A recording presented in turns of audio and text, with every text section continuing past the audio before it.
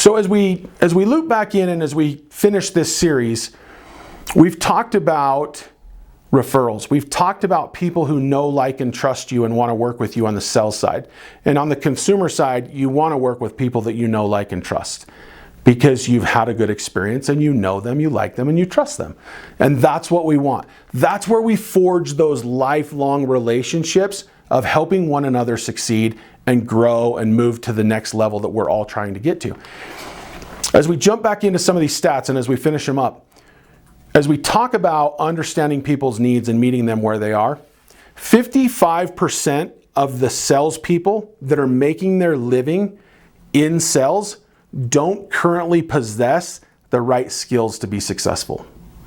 We need to spend a little bit more training time and learning and understanding, analyzing the information that the market's giving us, talking to our clients and finding out what do they want.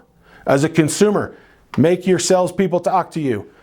Give them a little more information, get to know them, understand who they are and who they really, really are for. We look at continuous training in the workforce and in the business environment. When we have continuous training, you have 50% higher sales. Your sales are going to net you 50% more because you're going to have the right training and the right skill set in place. What's fascinating to me is that businesses across the US, companies, will spend on average $10,000 to $15,000 in order to acquire a new employee, and yet they only spend $2,000 a year in training them and educating them and keeping them sharp on their skills. We're a little bit inverted from where I stand. If we would spend maybe a little less or still spend the 10 to 15 to acquire the new employee, awesome. But let's not short it by not allowing them the training they need to successfully grow and learn and expand. It takes on average 10 or more months for any new sales rep to get to full production. To be fully productive, it's going to take 10 or more months for any new salesperson to learn enough and experience enough that they're going to get to where they're fully productive. I believe often in this industry and in our sales environment, we get a bad rap because we want to bring somebody in and we want to drive them to be fully productive in 30 days or 90 days, and it's just not realistic. It's easy if I'm doing data entry.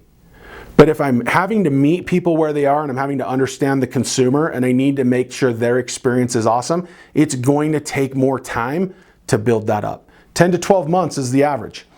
Retaining current customers. How often do we have conversations with, I hear it a lot amongst people when they talk about the things they subscribe to or certain providers that we have that provide us goods and services.